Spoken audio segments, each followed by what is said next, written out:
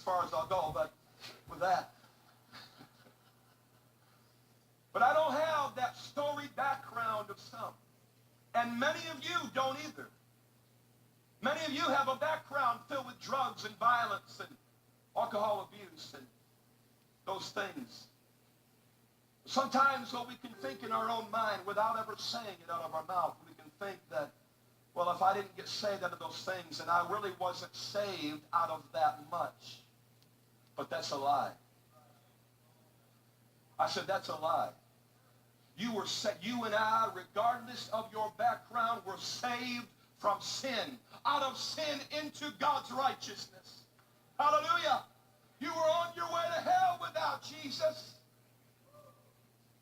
You and I have to have a revelation of our own sinfulness, our own wickedness. We are evil in the eyes of God, in and of ourselves. We can't stand before a holy God. And that is an essential part of the gospel, the bad news.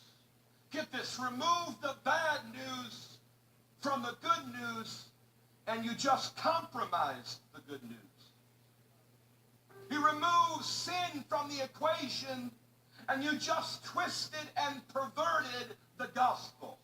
You're no longer preaching the gospel if you take the negative out of the equation. So for those who say that I'm only going to preach is a positive message, no, in order for it to be really positive, you've got to have a negative. And the negative is that you and I are sinners in the eyes of God. But the story doesn't stop there. Hallelujah. I said the story doesn't stop there. Because in Romans chapter 5 and verse 8, the Apostle Paul says, but God commends his own love toward us, in that while we were yet sinners, Christ died for us. Come on, somebody needs to give the Lord praise.